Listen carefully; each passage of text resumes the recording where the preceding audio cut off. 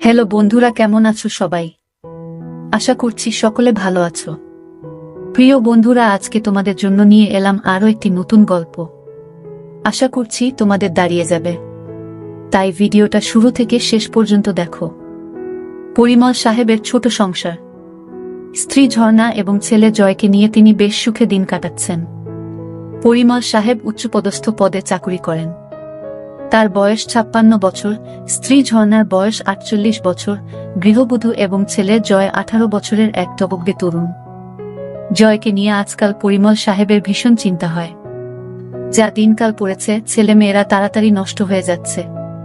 তিনি সারাদিন অফিস নিয়ে ব্যস্ত থাকেন, ছেলের দিকে নজর দেওয়ার সময় পান না। তবে ঝর্ণার উপরে তার আস্থা আছে। সে ছেলের সব খোঁজ খবর রাখে। মিসেস ঝর্ণা সারাদিন সংসারের কাজ নিয়ে ব্যস্ত থাকলেও ঠিকভাবে ছেলের দেখভাল করে। জয় নতুন কলেজে ভর্তি হয়েছে। ওর যেন নতুন জন্ম হয়েছে। নিজেকে অনেক বড় মনে হয়। তুষার জয়ের খুব ঘনিষ্ঠ বন্ধু। সে জয়ের সাথে অনেক আড্ডা দেয়, বান্ধবীদের নিয়ে অনেক ধরনের চিন্তা করে। তবে সবচেয়ে ভালো লাগে ভূগোলের ম্যাডামকে। জয় জানে ম্যাডামকে নিয়ে এসব চিন্তা করা অন্যায়, কিন্তু ওর মন মানে না। ম্যাডামের বয়স আনুমানিক 45 বছর হবে। বেশ লম্বা। ভূগোল ম্যাডামের ক্লাস শুরু হবার আগে জয় প্রতিদিন কলেজের করিডোরে দাঁড়িয়ে থাকে, কারণ ওখানে দাঁড়িয়ে থাকলে ম্যাডামকে ভালোভাবে দেখা যায়। ম্যাডাম যখন হাঁটেন তখন তাকে দেখতে অনেক সুন্দর লাগে। আজকে জয়ের মন ভালো নেই। রাতে ওর স্বপ্ন হয়েছে। এটা জয়ের কাছে নতুন নয়, এর আগেও হয়েছে, কিন্তু আজ স্বপ্ন ভূগোলের ম্যাডামকে নিয়ে হয়েছে। স্বপ্নটা দেখার পর থেকে জয় কেমন যেন একটা অপরাধবোধে ভুগছে। সকালে ঘুম থেকে উঠে জয় বাথরুমে ঢুকল। পরনের লুঙ্গিটা বালতিতে ভিজিয়ে রাখল, একটু পর কাজের মাসি ধুয়ে দিবে। জয় ঠিক করল আজ আর কলেজ যাবে না। এমন সময় জয়ের মা ঝর্ণা জয়ের রুমে ঢুকল। জয়কে বলল, আজকে কলেজ যাবি না? জয় উত্তর দিল, না মা, শরীরটা ভালো লাগছে না। জয়ের মা বলল, কেন বাবা, কি হয়েছে? জয় বলল, না মা, তেমন কিছু নয়। জয়ের মা আর কথা বাড়ালো না। সে বলল, ঠিক আছে, আজ আর কোথাও যেতে হবে না। টেবিলে খাবার দিচ্ছি, তুই খেতে আয়। ঝর্ণা ডাইনিং রুমের দিকে রওনা হলো। জয় পিছন থেকে তার মায়ের হেঁটে যাওয়া দেখছে। হঠাৎ ওর মাথা ঘুরে উঠল, শরীরটা ঝিমঝিম করতে লাগলো। অবাক চোখে জয় দেখল ওর মাকে। মাথার মধ্যে আবোলতাবোল চিন্তা জেঁকে বসল জয়ের। পরক্ষণেই মনে হলো, ও এসব কি ভাবছে? ছিছি, নিজের মাকে নিয়ে কেউ কখনো এ ধরনের চিন্তা করে? জয় মুখ ধুয়ে রুম থেকে বের হলো। তুষারকে ফোন করল। হ্যালো আন্টি, তুষার আছে? ওপাশ থেকে বলল, কে? জয় নাকি? জয় বলল, হ্যাঁ আন্টি, আমি জয়। একটু ধরো বাবা, ডেকে দিচ্ছি। একটু পর তুষার ফোন ধরল। কি রে জয়, কি খবর? তুষার, আজকে কলেজ যাব না, শরীর ভালো নেই। কলেজ ফাঁকি দিচ্ছিস কেন? চল না। জয় একবার ঠিক করল কলেজ যাবে। পর মুহূর্তেই ঝর্ণা তার চোখের সামনে ভেসে উঠল। না রে, তুই যা, আমি আজকে আর যাব না। ফোন রেখে জয় খাবার খেতে বসল। যতই চেষ্টা করছে মার ব্যাপারটা মন থেকে মুছে ফেলতে, ততই যেন আরো বেশি করে চোখের সামনে ভেসে উঠছে। জয় ঝর্ণাকে কিছু বুঝতে দিল না। ঝর্ণাও টের পেল না যে সকাল থেকে তার ছেলে ড্যাব ড্যাব করে তাকে দেখছে। ধীরে ধীরে ঝর্ণার চিন্তা জয়কে গ্রাস করল। দুপুরের দিকে জয় টের পেল আজ সারাদিন শুধু মাকে নিয়েই চিন্তা করেছে। এর মধ্যে মায়ের সাথে 1 ঘন্টার মতো গল্প করেছে। কথা বলতে বলতে সে চোরা চোখে মার উপর নিচ ভালো করে দেখে নিয়েছে। জয় ভাবছে 48 বছর বয়সেও মা কত সুন্দর। মা বেশ লম্বা চওড়া মহিলা, 5 ফুট 4 ইঞ্চি লম্বা। একটা ব্যাপার জয়কে পাগল করে তুলেছিল। জয় নিজের রুমে শুয়ে মার কথা ভাবছে। যতই ভাবছে তত মার প্রতি এক তীব্র আকর্ষণে পাগল হয়ে উঠছে। মার গলা শুনে জয়ের চিন্তার জাল ছিন্ন হল। জয়, এই জয়। হ্যাঁ মা, বলো। আমি স্নান করতে গেলাম, কেউ এলে দরজা খুলে দিস। ঠিক আছে। হঠাৎ জয়ের মাথায় একটা দুষ্ট বুদ্ধি চাপল। স্নান করা অবস্থায় দেখলে কেমন হয়, কিভাবে দেখবে ভেবে পাচ্ছে না। হঠাৎ ওর মনে পড়ল ওরা যখন এই বাসায় প্রথম আসে তখন মার রুমের বাথরুমে ফলস ছাদে পুরানো মালপত্র রেখেছিল। তখনই খেয়াল করেছিল ছাদে 2 ইঞ্চি একটা ছিদ্র আছে। শুধু তাই নয়, ওই বাথরুমের ছাদে তার রুমের বাথরুমের ছাদ থেকেও যাওয়া যায়। জয় এক লাফে ওর বাথরুমের ছাদে উঠে মার বাথরুমের ছাদে গেল। ছাদে একটা কাগজের কার্টুন বিছানো রয়েছে। জয়ের বুক টিপটিপ করছে, হাত কাঁপছে। কার্টুনটা সরালেই মাকে দেখতে পাবে। আস্তে আস্তে কার্টুন সরিয়ে ছিদ্র দিয়ে ভিতরে চোখ রাখল। মা এখনো বাথরুমে ঢুকেনি। জয় আর উত্তেজনা ধরে রাখতে পারছে না। ছাদে বসে মার অপেক্ষা করতে লাগল। কয়েক মিনিট পর মিসেস ঝর্ণা বাথরুমে ঢুকল। জয় নিঃশ্বাস বন্ধ করে দেখতে লাগল। ঝর্ণা টুথব্রাশে পেস্ট লাগিয়ে আয়নার সামনে দাঁড়িয়ে দাঁত ব্রাশ করতে লাগল। ঝর্ণা এবার শাওয়ারের নিচে দাঁড়িয়ে স্নান করতে লাগল। জয় বুঝতে পারল মা আর বেশিক্ষণ বাথরুমে থাকবে না। জয় হাতের কাজ শুরু করে দিল। 2 মিনিটের মাথায় জয়ের কাজ শেষ হয়ে গেল। ঝর্ণা বাথরুম থেকে বের হলো, জয়ও নিচে নামল। দুপুরে মা ছেলে একসাথে খেতে বসল।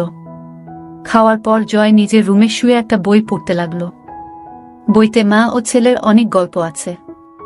সে মজা করে গল্পগুলো পড়তে লাগল। ঘণ্টা খানেক পর জয় শুনতে পেল মার ঘরে ফোন বাজছে। ঝর্ণা ফোনে কথা জয়কে ডাকল। জয়, ঘুমাচ্ছিস নাকি? না মা, বলো। তোর বড় জেঠির শরীরটা আবার খারাপ করেছে। বাসায় কেউ নেই। তুই যা তো বাবা। আশেপাশে কোনো ডাক্তার থাকলে সাথে নিয়ে যা। জয় ঝটপট রেডি হয়ে রওনা দিল। জয় পৌঁছে দেখে জেঠির শরীর যতটা খারাপ ভেবেছিল ততটা খারাপ না। জয়ের জেঠির বয়স 50 বছরের মতো হবে। জয়কে জেঠি নড়ে উঠল। জয়, এসেছিস? জেঠি, তোমার শরীর কি খুব খারাপ? হ্যাঁ বাবা, সকাল থেকে শরীরটা খুব ব্যথা করছে। ডাক্তার ডাকবো? ডাক্তার লাগবে না। এখন কেমন বোধ করছো? ওই যে বললাম, খুব ব্যথা। কোথায় ব্যথা করছে? পিঠে আর কোমরে। ম্যাসাজ দিলে ভালো লাগবে? বুঝতে পারছি না। জয় ম্যাসাজ শুরু করল। কিছুক্ষণ পর জয় বুঝতে পারল জেঠির ব্যথা কমছে। ভালো লাগছে জেঠি? হ্যাঁ বাবা, খুব ভালো লাগছে। ঘুম ঘুম ভাব হচ্ছে। ঠিক আছে, তুমি ঘুমাও। কয়েক মিনিটের মধ্যে মিনু ঘুমিয়ে গেল। তার নিঃশ্বাস ভারী হয়ে উঠল। এদিকে জয় বাসা থেকে বের হওয়ার পর মা জয়ের রুমে ঢুকল। ছেলেটা সবকিছু অগোছালো করে রাখে। রুম গোছাতে গোছাতে ঝর্ণা হঠাৎ বালিশের নিচে একটা বই আবিষ্কার করল। বই খুলে দেখে ঝর্ণার চোখ কপালে উঠে গেল, মাথা বনবন করে ঘুরতে লাগল। ছিছি জয়, এসব কি পড়ে? হারামজাদা, আজকে বাসায় আস। পিঠের চামড়া তুলে ফেলব। ছিছি জয় এত নিচে নেমে গেছে। এই বয়সেই এসব গল্পের বই পড়ে? কি মনে হাতেই ঝর্ণা পড়ার জন্য বই খুলল। পড়তে পড়তে তার 2 চোখ আবার কপালে উঠে গেল। ছিছি, এমন গল্প কেউ কিভাবে লিখতে পারে? পড়ব না করেও ঝর্ণা গল্পটা পুরো শেষ করল। গল্প পড়ে ঝর্ণা আর থাকতে পারল না। এক দৌড়ে বাথরুমে ঢুকে হড়হড় করে বমি করে দিল। মুখ ধুয়ে কিছুটা সুস্থ হয়ে বাথরুম থেকে বের হল। কথায় আছে, নিষিদ্ধ জিনিসের প্রতি মানুষের সবসময় আকর্ষণ থাকে।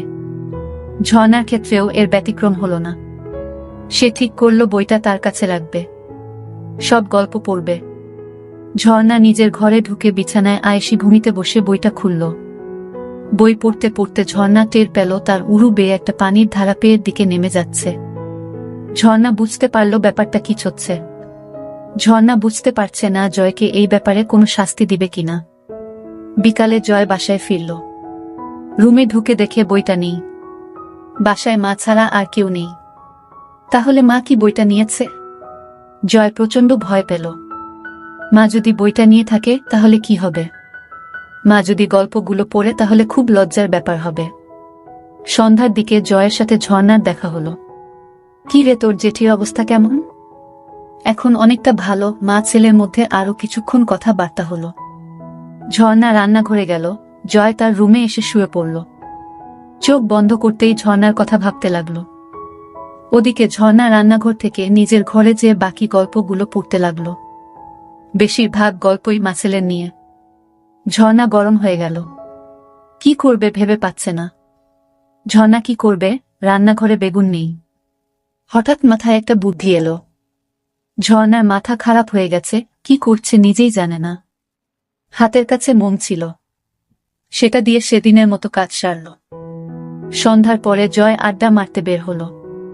এই ফাঁকে ঝর্ণা জয়ের রুমে ঢুকল। খুঁজতে খুঁজতে বিছানার নিচে কিছু সিডি পেল। একটা সিডি নিয়ে প্লেয়ারে চালিয়ে সোফায় বসল। ঝর্ণা অবাক হয়ে দেখছে, আড্ডায় জয়ের বন্ধুরা মেয়ে ছাড়া অন্য কোনো কথা বলে না। জয়ের আর আড্ডা ভালো লাগছে না। এই মুহূর্তে মাকে দেখতে ভীষণ ইচ্ছা করছে। সে বাসায় চলে এলো। এদিকে ঝর্ণা শুয়ে তার ছেলের কথা ভাবছে। মুহূর্তেই আবার ভাবছে, ছিস ছিস, নিজের ছেলেকে এসব কি ভাবছি। ধীরে ধীরে জয়কে নিয়ে তার ভাবনা প্রখর হতে লাগল। পরিমল সাহেবের বয়স হয়েছে, এখন আর আগের মতো ঝর্ণাকে তৃপ্তি দিতে পারে না। কখনো কখনো ঝর্ণার চরম পুলক হওয়ার আগেই পরিমল সাহেব হাঁপিয়ে যায়।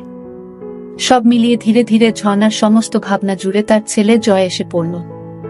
রাতে ঝর্ণা ও জয় একসাথে খেতে বসল। ঝর্ণা আর চোখে লক্ষ্য করল জয় ড্যাব ড্যাব করে তাকে দেখছে। মাঝরাতে জয়ের ঘুম ভেঙে গেল। এদিকে সারা রাত ধরে ঝর্ণা ঘুমাতে পারেনি। যখনই চোখ বন্ধ করে তখনই জয়ের চেহারা ভেসে ওঠে। ঝর্ণা বুঝতে পারছে না কি করবে। একদিকে ছেলের প্রতি নিষিদ্ধ টান, আরেকদিকে মা ছেলের সম্পর্ক। স্বামী তাকে যথেষ্ট ভালোবাসলেও তাকে সুখ দিতে পারে না। অবশেষে ঝর্ণা সিদ্ধান্ত নিল কাল দিনে জয়কে বাজিয়ে দেখবে। সে জয়ের মা। জয়ের মনে কিছু থাকলে ভয়ে সে সেটা প্রকাশ করবে না। প্রথম সুযোগ তাকেই দিতে হবে।